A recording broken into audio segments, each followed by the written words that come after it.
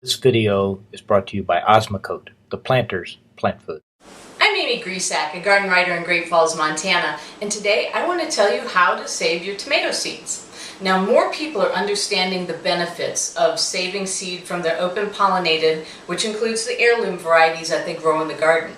A lot of times when you get that catalog the next year, there's no guarantees that that variety that you've grown to love will be there, partly because of it's market driven, depending on how well it's sold throughout the country, not just in your region, and also because you never know if there's going to be a crop failure and the seed company can't even get the seed. So a lot of people have like I said, they understand that it's really not that hard.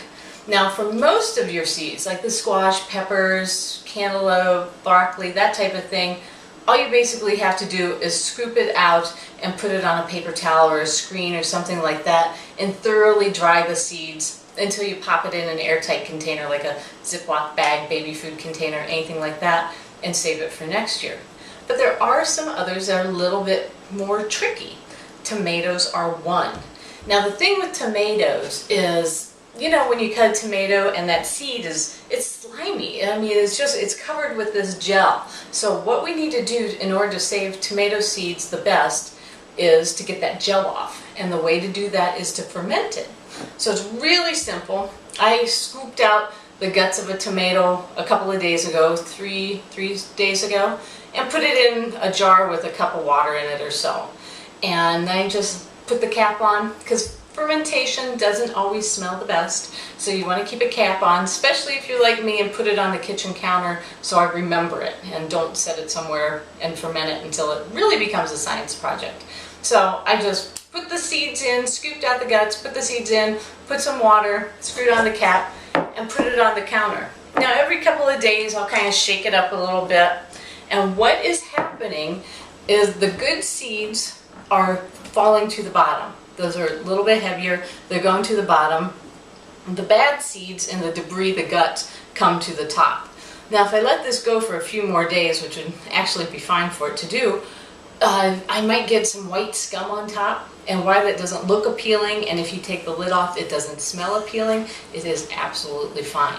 So after you set the container with the tomato seeds in the water on your counter for a few days and you're shaking it, and you got things growing and it's looking kind of funky, that's when you know it's just right. So to get your tomato seeds, it's really super simple.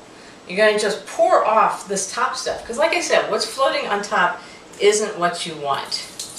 And so you just kind of pour off that stuff and then just get to the bottom and just pour it through a strainer. So sometimes I still got a little bit of gunk in there. Could have let them ferment for another day or so. I think it would have been better. And then just have them in the bottom in this screen. I think most other people's strainers look a lot better. My children get mine. And just set it in a bowl or something just for a couple of days to let them dry out, and then you can pop them on a paper towel and let them thoroughly dry. You know, depending on where you live and what your humidity levels are, a week to more, you know, just make sure they're really dry. So, but I'll show you right here. I'm just going to reuse this jar. And so what I'm going to do is cut my tomato, and then just scoop out the gunk. You know, just put it right down in there again. And once again, you know, and every different tomato has a different amount of seeds too. That's the thing. And as long as they're nice and ripe, you should be good. So this one's so-so. So you don't need much water. I mean, that's probably even more than you need.